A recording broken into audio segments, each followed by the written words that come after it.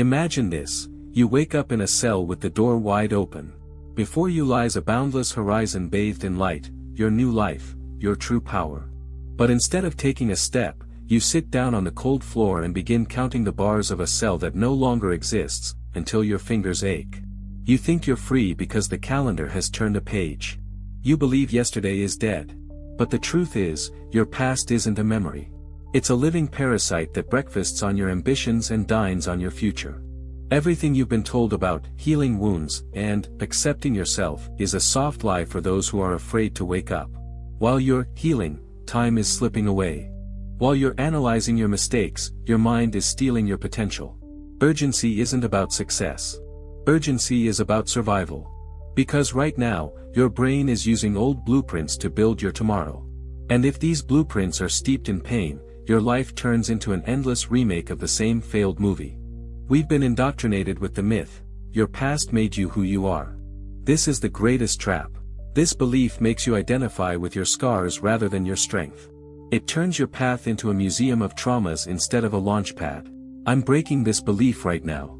Your past didn't make you. It limited you. It imposed on you someone else's thinking, someone else's fears, and someone else's insecurities. It's time to burn that museum. Insight 1: Investing in ashes. Imagine a man who has lost a large sum at a casino. Instead of leaving, he bets his last money to win back the loss, simply because he feels sorry for what he's already lost. In psychology, this is called the sunk cost trap. You do the same with your life.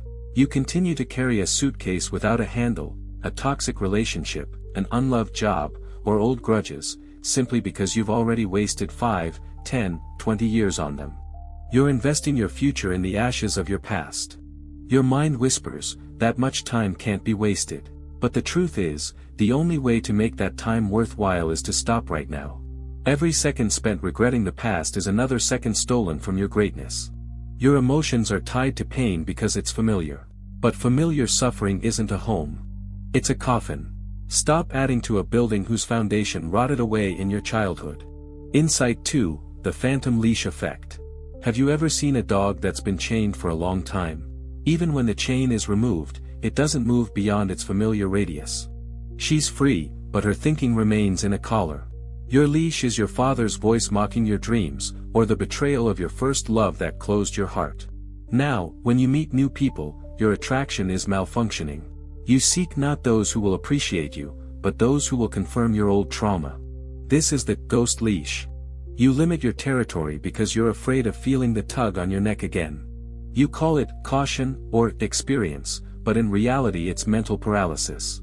Your communication with the world is poisoned by the anticipation of a blow. You don't act, you react. You don't build, you defend yourself. To break this leash, you must admit, the hand that held it is no longer there. There is only your habit of submitting to the void. Insight 3: The architecture of self-sabotage. Have you ever noticed that whenever a bright spot appears in your life, you ruin everything? As soon as a worthy woman or a career opportunity appears, you start acting strange, causing conflict, or simply disappearing. It's your brain trying to get you back into your comfort health zone. For your mind, security isn't happiness. Security is predictability. Your past was terrible, but it was understandable. You sabotage your success because it doesn't fit your old image of a loser or a victim. You fear success because it will require you to become someone new. Someone you don't yet know. This is the dark truth. You steal your own potential so as not to experience the stress of change. You'd rather rot in a familiar swamp than learn to fly in the clear sky. But stagnation is a slow death, applauded by your fears. Insight 4: The value frame. You value yourself not by your abilities, but by your failures. If you were once rejected, you labeled yourself damaged goods. And now you enter the marketplace of life, expecting to be offered pennies. But an object's value isn't determined by its history. It's determined by its usefulness and scarcity in the present moment. Your potential is pure energy, unburdened by the weight of the past if you let it flow. When you walk into a room, people read your value frame. If you reek of old failures, no one will offer you a throne. Your confidence should be aggressive, it should proclaim your future, not apologize for your past. Stop presenting your scars to the world as identification. The world doesn't care how much pain you've suffered. The world cares about what you can give today. Shift your focus from what was taken from you to what you can seize right now. Insight 5, the chemistry of repetition. Every grievance you experience is a drug. When you replay a scene in your head where you were humiliated or deceived, your body releases a burst of cortisol. You're addicted to these emotions.